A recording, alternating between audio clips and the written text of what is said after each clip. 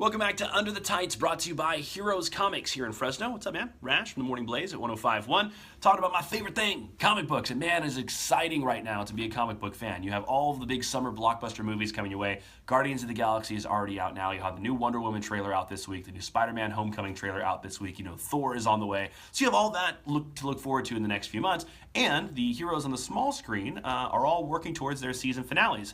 Arrow, Supergirl, The Flash, all getting close. Today's Under the Tights is going to focus on my guy, Barry Allen, of The Flash. Now, last week was the big reveal that we've been waiting for months, really since the season began. Who is Savitar? Now, if you're a Barry Allen or Flash fan from the comic books, you've probably been confused about this season because Savitar does exist in the comic books. In the comic books, he doesn't wear a big Power Ranger-like suit, though. As a matter of fact, he barely wears anything at all. He's shirtless and wears like a gold mask, and he was like his story is, they don't really know his real name, but he was like a fighter pilot who discovers the Speed Force. Anyway, the Savitar in the comic book, his storyline is clearly not the one that they're going with for the TV show. So what were they doing? What is the storyline? Well, you found out. And if you didn't watch it last week and you're still kind of behind on your DVR, this is your chance to kind of turn the video off because I'm about to spoil it for you. We found out that Savitar is in fact not just some other jaded speedster from the multiverse. He is Barry Allen himself. That's right. From the future. Future Flash is the twist. Savitar is Barry in the future. So if you're wondering, where does this story come from? Do these writers just kind of make this up for the TV show?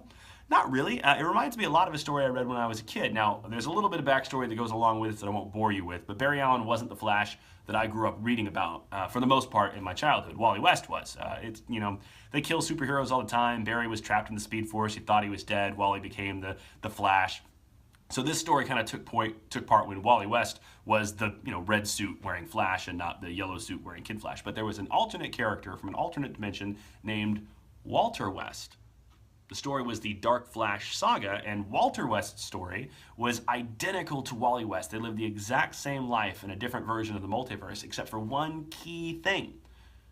Wally West was able to save the love of his life, Linda, and thus continued to be the Flash. Walter West failed in saving the love of his life, and it made him go kind of nuts. And when he came into the storyline, he came in as a villain. He thus, kind of figured his S out, and he's not really a bad guy anymore. But when he came in Flash 150, he was a bad guy. So seems a lot like this story. This whole entire season of The Flash has been about Barry trying to save Iris, the love of his life, from Savitar. And you've kind of seen in previous episodes what happens to Barry after Iris dies. He kind of goes crazy. So it's kind of neat to see the way they take these shows and kind of pull from things that happen in the comic book to give their own adaptation. So not exactly the same. I can't promise you that this season's going to end the way that did for Walter West, who became a good guy after all. I can't even tell you for sure that that's the story they're going to follow with, but it is a cool kind of mirror image of what they did in the book to what they're doing in the show. For that story and plenty more, just go see my friend Dave over there at Heroes Comics. Also check out the new books that are out this week. I know Guardians of the Galaxy is the big movie release still. They got a new Rocket Raccoon that hit stores today, as a matter of fact. And for Star Wars fans that are still not getting their Star Wars juices going enough from from May 4th, they have a new Star Wars book out as well, Screaming Citadel #1, available at Heroes. So go check it out. Tell them I sent you. Until next week, I don't have a catchphrase yet. I'm working on it. It's been Under the Tights, brought to you by Heroes Comics.